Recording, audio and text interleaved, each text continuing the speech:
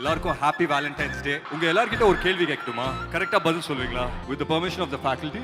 நீங்க எத்தனை பேர் லவ் பண்றீங்க? சத்தம் கேட்கல. எத்தனை பேர் லவ் பண்றீங்க? கை தூக்க வேணாம், காலை மட்டும் லைட்டா கை தூக்குங்க. எத்தனை பேர் லவ் பண்றீங்களோ கை தூக்குங்க. கம்மியா இருக்கு. அது வீடியோ எடுங்க அதை. அது ஒரு 2-3 பேர் இருக்காங்க பாருங்க. அப்படியே அவங்க டிபார்ட்மெண்ட் சாருக்கு அனுப்புங்க. இன்னொரு முக்கியமான கேள்வி கேட்கிறேன். நீங்க எத்தனை பேர் ஒன் சைடு லவ் பண்றீங்க? மெஜாரிட்டி அதுதான் அதிகமா இருக்கு போல. பட் உண்மையிலேயே சொல்லணும்னா டபுள் சைடு லவ்வை விட ஒன் சைடு லவ்ல இருக்கிற அந்த சந்தோஷம் ஆகட்டும், துக்கம் ஆகட்டும், டிசப்பாயின்மெண்ட் ஆகட்டும், அதெல்லாம் லைஃப்ல மறக்கவே முடியாது. அதெல்லாம் சேர்த்து ஒரு படம் வந்து டெடிகேட் பண்ணணும்னு நினைச்சோம். இதே முரளிங்கிறது என்னோட அப்பாக்காக வந்து இந்த டைட்டில் வைக்கல. இந்த படத்துல வந்து எனக்குள்ள ஒரு இதே முரளி இருக்கான், ஒரு ஒன் சைடு லவ் என்ற ஒரு இதே முரளி இருக்கான். அதே மாதிரி உங்க எல்லாருக்குள்ளேயும் ஒரு இதே முரளி இருக்காங்க அப்படின்னு சொல்லி எனக்கு தெரியும். இந்த படத்துல சொல்ற மாதிரி லைலா மஜ்னு, ரோமியோ ஜூலியட் அதெல்லாம் தாண்டி நம்ம ஊர் ஆச்சுன்னா நம்ம ஊர்ல வந்து ஒரு அங்கீகாரம் ஒன் சைட் லவ்க்குன்னா அது இதே முரளி தானே. அந்த விதத்துல இந்த படம் பண்ணது ரொம்ப ரொம்ப சந்தோஷம். And I dedicate this movie to all the one side lovers out here. இன்னைக்கு வந்துட்டு எங்க டீமோட உங்க எல்லாரையும் சந்திக்கிறதுல ரொம்ப ரொம்ப சந்தோஷம். அண்ட் முக்கியமா இன்னொரு விஷயம், உங்க எத்தனை பேருக்கு தெரியும்னு எனக்கு தெரியாது. நானும் உங்க நேபர் தான், பக்கத்து காலேஜ்ல தான் படிச்சேன், சத்யபாமா. ஸோ உங்கள் ஃபீலிங்ஸ் உங்கள் எமோஷன்ஸ் எல்லாமே டப்புன்னு கேட்ச் பண்ணிட்டேன். Don't worry.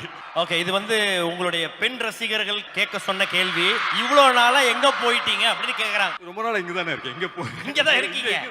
படம் ஏன் வந்து பார்த்தோன்னா பொறுமையாக பார்த்து பண்றீங்கன்னு கேட்குறாங்க. என்ன பேக்கரியா டக்கு டக்குன்னு பண்ணுறதுக்கு? படம் தானே பொறுமையாக பண்ணுவோமே. படம் தானே பொறுமையாக பண்ணலாமா? இன்ஸ்டாகிராமில் வந்து ஃபாலோ பண்ணுங்கம்மா. சும்மா நொய்யின்னு.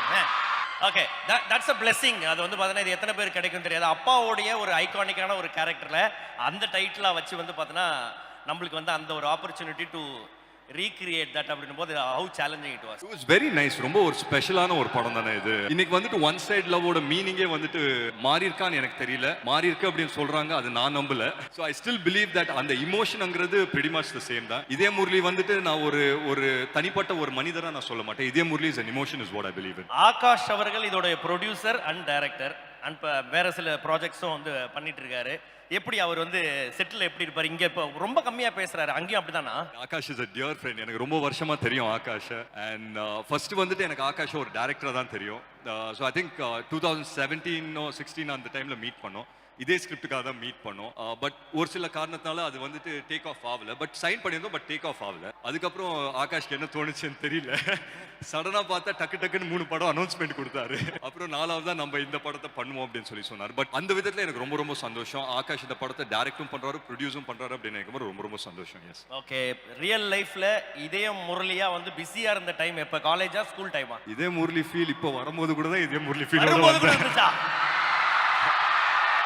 அது என்ன காலேஜ் ஸ்கூல், அது என்னைக்குமே டெய்லி வர ஃபீல் தானே அது.